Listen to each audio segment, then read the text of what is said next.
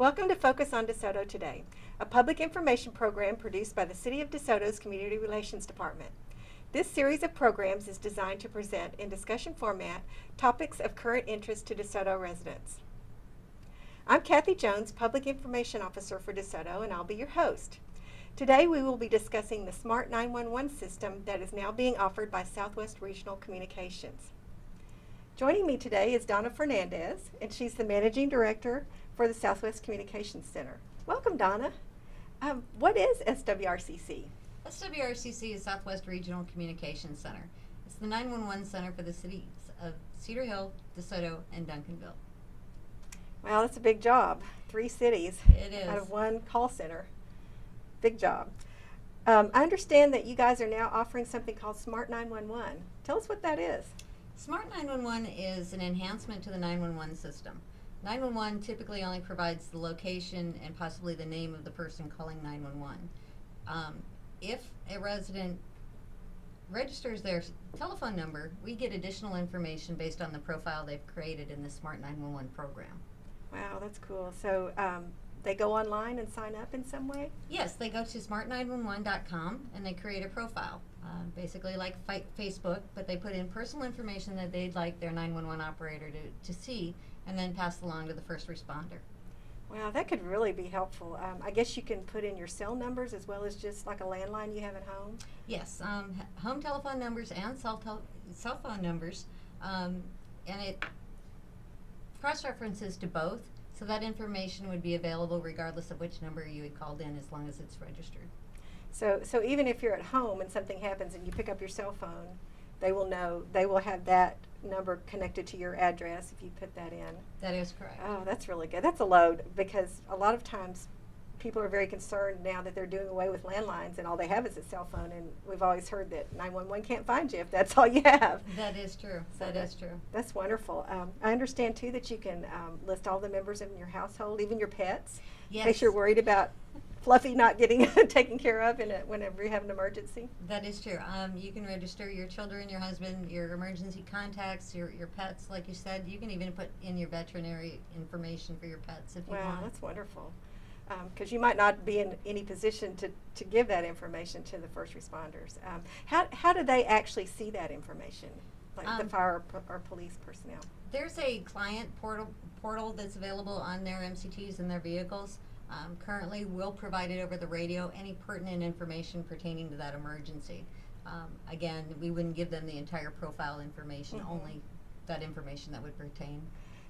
I could see if you had a child with autism or some kind of a special needs person that couldn't get out easily, that would be so valuable to be able to let the officers or the firefighters know that that was going to be the situation they're walking into. Really valuable. One thing that kind of comes to mind is identity theft is very prevalent these days, and I know people may be a little wary of putting in their personal information, their phone numbers to an internet site. Is that a problem for Smart 911? No, it's a completely secured site. The only information that's ever passed along is if that resident should call 911. I cannot access the information. No one within SWRCC or any of the other agencies that are utilizing Smart 911 is able to see that information unless you call 911. That's great. And they're not going to sell our phone numbers to some No, not outside agency or something. That's good to know. Well, all I can say is I'm ready to sign up. I'm a DeSoto resident, and I could see how that would be very, very helpful in case there's an emergency in my home. I'd love to have that additional information go to the first responders. So we just go to smart911.com? Smart911.com. You can include information about your allergies, medical history, locations of gas shutoff valves. I mean, for not only medical emergencies, but also fire emergencies. Locations of your bedrooms, so the firemen know where people may be located in the home. And may not be able to, may not be ambulatory even, or a little Exactly. child. That would be such a load off to know that they know that information.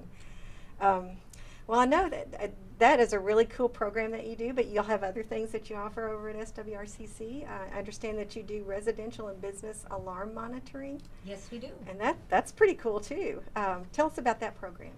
Alarm monitoring has actually been offered since 1999. Currently, We have about 360 customers in the three-city area, and our program continues to grow. Mhm. Well, and what's the advantage of having SWRCC monitor it as opposed to Brinks or someone like that? One of the advantages is that your alarm monitoring signal comes directly to your 911 center. In the case of bad weather, we know that there's power outages, whereas if you were being monitored by another company that's located in Colorado, they'd have no idea. We also can keep track of your accounts a little better. We don't have that many customers, Sure. so we provide more, more Mhm. customer service than you'd probably get in a larger Absolutely. agency. Well, if you signed up for Smart 911 and you had your alarm monitored by you guys, I can't imagine any quicker response or service than you'd receive through that program. I mean, that's just got to be the Cadillac of response for emergencies. Yes. Encourage everybody to do it. What does it cost? I guess you have to change your system over to be monitored, so there must be a cost associated with that. Yeah, the typical reprogramming fee for the alarm monitoring is $135, but that's offset by us providing the first 3 months of alarm monitoring for free. And the monthly fees are $25 for residents and businesses rather, and we also offer wireless monitoring, which is $35 a month. And that is through a radio transmitter versus a telephone line. So if your telephone line was cut, you'd still have the protection. Wow, that's a great advantage also. And I guess you can use your cell phone in this manner too, rather than having a landline? It's not really a cell phone, it's a Mhm. radio transmitter, and that would be something that would be installed in your alarm panel. Mhm. How do you pay for it? Yeah, actually the city of DeSoto bills it. It can be done monthly, quarterly, or annually. You can set it up for recurring payments going to your credit or debit card, and we try to make it as convenient to the customer as possible. And that's available not just for DeSoto residents, but Cedar Hill and Duncanville as well. That is correct. And I understand that we're one of few cities that even offer such a service, which makes us kind of special. Yes, yes. Well, I really appreciate it. How do people go about, if they want to have their alarm monitored by you guys, how do they go about signing up? If they're interested, they can give my my alarm monitoring customer service representative a call at 972-230-5248.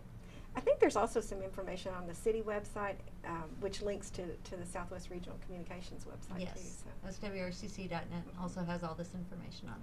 Well, I really appreciate you coming by and telling us about these great programs that you guys offer over there. It's not something we want to use, but when we need it, it's great to know it's there. So we really appreciate what you do for City of DeSoto and Duncanville and Cedar Hill. Thank you. I'd just like to remind everybody to go online and sign up for smart911.com so that you'll be registered. And I'd also like to thank Donna for being here today and sharing all this great information with us about the things that you do over there. It's a big job. Don't know how you handle the stress sometimes, but we appreciate it that you're there for us. Thank you. And then I'd also like to thank our viewers for watching another edition of Focus on DeSoto Today.